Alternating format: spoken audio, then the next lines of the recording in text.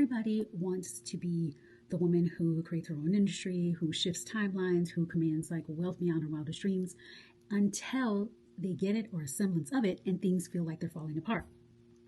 I want you to understand that one of the biggest things that I see in this industry is not the fact that people don't have the right strategy, they don't have the right funnel, or all those back end things. That is not what I see. I have clients that make millions. I have clients that have $0 and that go into 10,000 this year, and we're so thrilled. I have clients that are just really changing the industry and doing things that are not common. But there's one thing that a thread through it all is that once success is happening, oftentimes they take their foot off of the gas pedal because of pressure, because of a Reddit thread, because of client complaint, because of a client default, because they just more eyes are on them and they feel it. I've seen it even happen with people that aren't my clients. I watched after November 11th, on November 6th, we had the 4 a.m. club that was built up, and I'm seeing a lot of beautiful spiritual women start to come out, own their gifts, and really take on these huge, amazing audiences. Yet, as the pressure mounts, they turn what used to be very pleasurable into pressure, and that's how they move. And what happens is you have two choices. In that moment, you can retreat and you can be like, this was great. I'm just kidding. I didn't know if I wanted that, right? You'll pull back, you'll press the brake, you'll take time to process feelings, take time off of social media, all of those things, right? You've got that. Or another thing that you can do, which is my brilliance, my excellence, which is why my clients come to be multimillionaires, people that want to become millionaires, people that are just starting their business or whatever. They come to me for calibration. They come to me to calibrate to their power. They come to me to step into their resilience, to neutralize emotions, to move through emotions, to use what I call aligned soul alchemy, which is my method to alchemize and heal on a mind level, a body level with somatics, a soul level, and a quantum level. This is when you're shifting timelines, you're shifting life, like past lives, you're shifting ancestrally, you're shifting in all the ways. And so what my clients are choosing is to calibrate. They're choosing to neutralize emotions. They're choosing to remember that they were born for this. They're choosing to remember that they wouldn't have manifested this, created this, received this if they weren't capable. And they're focusing more on the energetic and spiritual calibration, not the I need this strategy, or this content plan is what's going to make me do the things, or this is what's going to save me XXX. Are you picking up what I'm putting down? If you're picking up what I'm putting down, say hell yes, yes, yes. Okay. What is going to separate new earth leaders? And I'm speaking to you. I'm speaking to the light workers. I'm speaking to ascension anchors. I'm speaking to the people that know that they're here to change the world, know that they're here to make a big difference. Is who are you in the moments when pressure rises? Can you turn that pressure into diamonds? Can you turn that pressure into pleasure?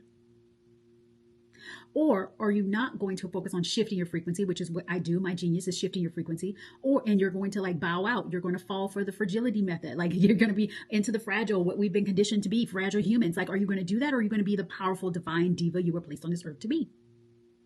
And so I've had clients that have had highest cash months, signing clients out of the wazoo. Getting offers, sales, like dream things that are happening. And I've also seen the pressure mount and them question if they're available, if they can handle it. Question, like, maybe I should just give this over and I just go do this piece, the content piece. That's what I can do. I can just do that. And I don't want the pressure. I don't want to have to do this. I don't want this responsibility. And it is because we have been conditioned, women specifically, to believe that we can't handle it.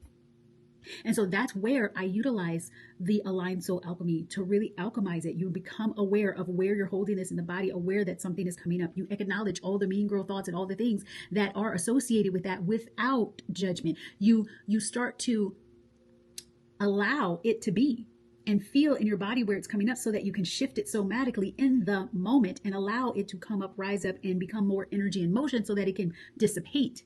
And then the most important step is to love yourself through it, not need anything to change, to accept what is. Because if you haven't watched my podcast from yesterday, I think it was yesterday or the day before, and it was about the truth about manifestation and how it is not about manifestation, it's about creation, and how it is not about changing the moment that you're in. It's about calibrating to the moment you want to become and collapsing the timeline so that you bring that to you, not trying to change what is. And so the biggest piece is about loving and accepting what is, not needing that to change in order for you to choose to know that it gets to shift, right? Your reality gets to shift while you love and accept who you are right now. And so that's a big piece of it. That's a big piece of being the divine diva, remembering that you are divinity in a body. You're not begging for anything. You're not pleading. You remember that you are God frequency. And when you know that you are God frequency and you are all that is peering through, individualized as you, then you realize how much power you actually do have. This is what we are doing in Divinity House.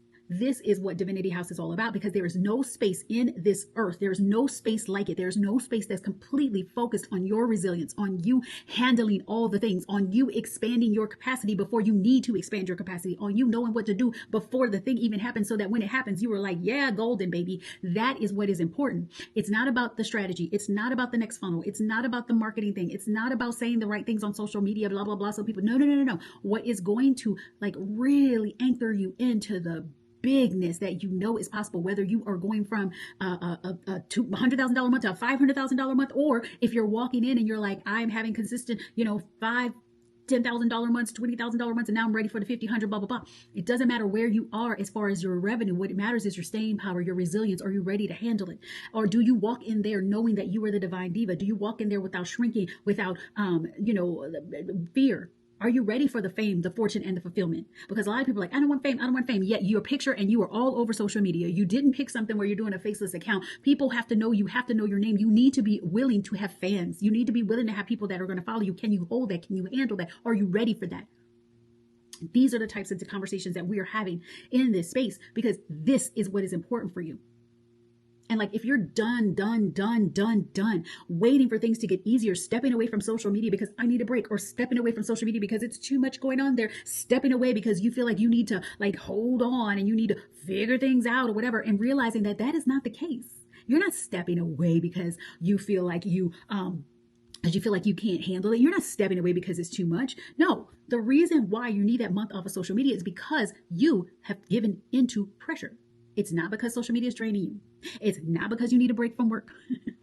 It's not because your creativity is not there. You forgot who you were. You forgot you were the divine diva. And you also fell for Femme Felicia's lie, who says she works about 4 hours a month, when the truth is, if you add everything that she's really doing, she's working about 25 hours a week, which is amazing because she's making a shit ton of money at 25 hours a week. She's doing great, but you fell for the lie and you started to compare yourself. You took your eyes off your mission. You forgot that, like you were looking at these curated highlight reels thinking that they were real life, and you convinced yourself you needed to slow down because you're like, oh my God, I feel like I'm working. I feel like I'm having to work more than 4 hours a month. I don't understand. Why is it not working for me?